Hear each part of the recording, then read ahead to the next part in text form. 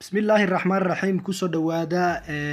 برنامج عافماد oo aan kaga hadlayno midhaha caafimaadka badan ee sabiibka dadka qaarna u yaqaanaan sabiibta isla markaana ah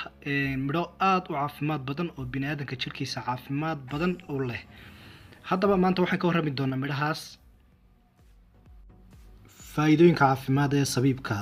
iyadoo sabiibku yahay geed macaan haddana waxa uu ka hortagaa suuskeelkaha ku dhaca waayo waxa uu yareeyaa meesha ka saara bakteeriyada keenta suuskaas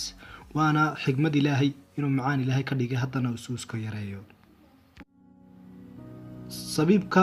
waxa ku jirta maadada loo yaqaan calciumka isla markaana wuxuu ka hortag u yahay xanuunada ku dhaca lafaha sida cudurka lafabeelka ee ku dhaca haweenka dhalmateyska ayuu ka hortag u yahay qofka sabiibka cuna lafabeel iyo lafa xanuun midna isma arkaan dhinaca kale sabiibka weligii waxa lagu yaqaanay inuu kordhiyo hamiga iyo rabitaanka jinsiga kacsiga wuxuu kaloo kordhiyaa xawaaraha shahwada meelo badan oo dunida ka mid ah waxa la isku karkariyaa sabiibka iyo safaraan iyo caano waliba waana la isku cunaa si arintan loogu daaweeyo faa'iidadu waxay ku jirtaa in si joogto ah loo isticmaalo ama loo cuno sabiibka haddii aashitada jirka ku jirta ay badato waxay keensanaysaa ama ay keenaysaa xanuuno dhowr ah sida gaastariga iyo laabjeexa iyo kala goyska xanuunka sidaa darteed dadka qaba laabjeex iyo gaastariga waxaa lagula taliyaa inay isticmaalaan sabiibka si ay uga bogsadaan ama uga yaraado laabjeex iyo gaastarigu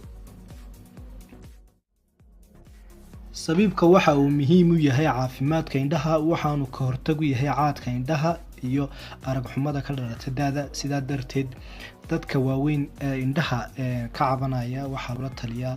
inay sabiibka isticmaalaan waayo sabiibku waxa uu ka mid yahay cuntooyinka aragga indhaha u roon ama aragtidii indhaha ee luntay soo celiya alxamdulilaahi rabbilcaalamiin sabiibka waxaa ku jira maado jeermis dilaa sidaas darteed waxaa hoos u dhigaa jeermisyada keeni kara qandhada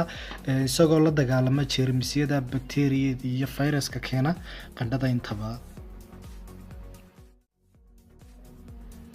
sida cilmi baarisyo dhowra lagu ogaaday sabiibka waxaa ku jira bir ku filan oo looga hortagi karo dhiig yarida waxaa kaloo ku jira vitamin B complex oo muhiim u ah samaysanka unugyada xasaas ee dhiigga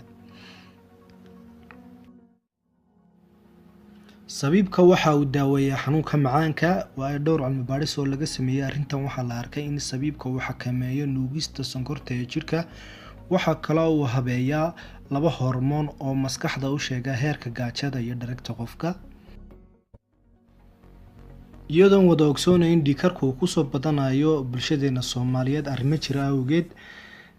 haddana dhowr sano waxaa la aaminsanaa in sabiibka uu yareeyo cadaadiska dhiigga laakiin mar dhow ayaa arrintan lagu xaqiijiyay cilmi baaris iyadoo la arkay maadada potassiumka ku jirta sabiibka inay yareyso cadaadiska dhiigga sabiibka waxa uu ka hortag u yahay cudurka kansarka waayo waxaa ku jirta maado awood badan oo mucjiso ah maadadaas oo ah sun saare awood leh sabiibka wuxuu jirka ka saaraa sunta nooca loo yaqaan free radicals oo haddii ay jirka ku badato la sheegay inay sabab u noqon karto cudurka kansarka ilaahay baan ka magagelinaa cudurka kansarka ma rabta inaad caatinimada ka fogaato isnaxiso oo iscaayiliso sabiibka wuxuu si caafimaad leh u kordhiyaa miisaanka qofka wuxuuna siiyaa tamar badan oo ay ka buuxaan sokorta fructose iyo glucose haddaba haddii aad rabto inaad iscaayiliso oo isnaxiso sabiibka isticmaal waayo sabiibka waxaa laga helaa fitamiino badan iyo borotiino badan isla markaana waxaad u naaxaysaa si natural ah adigoona soo marin wadooyin kale sabiibka oo kaliya isticmaal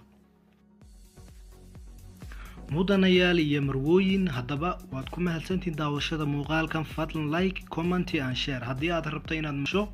cuntooyin kale oo caafimaad leh fadlan subscribe saar kanaalkan salaam calaykum